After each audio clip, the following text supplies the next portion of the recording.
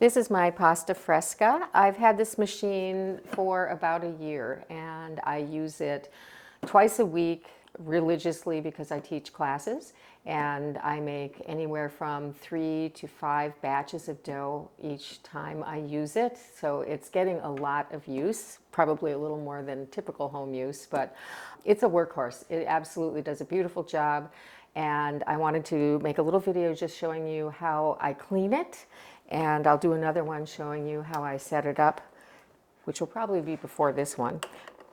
It unlocks like this, which this part comes out. Now, I used this last night, and what I should have done was cleaned part of it last night, as in this, and then the actual paddle inside that mixes the dough. So now it's a little stuck in there.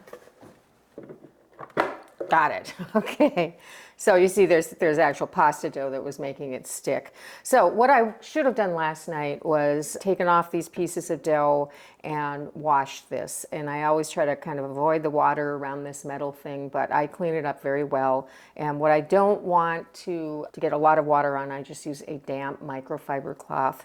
Anyway, so this I will wash off and get rid of all of that pasta dough. And then this guy here has a rubber seal that always gets a little bit of dough accumulated, and I would wash that off ordinarily, and this time I'll probably crack most of this off. I'll always make sure that I get inside of here, and I use one of these brushes to do that, so I get everything out of there.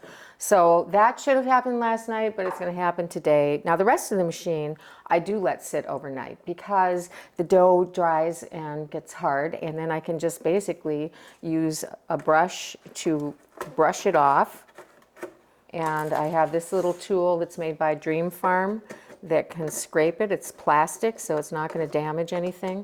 So you have to get into all these little nooks and crannies and get rid of all of that dried pasta dough.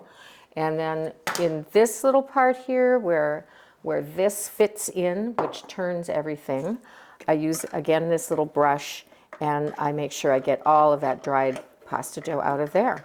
So from there, I sometimes just take a hand vac and get rid of this pasta, crack off everything else, and then I wipe it with a damp microfiber cloth, and that is it. It's good to go for the next time.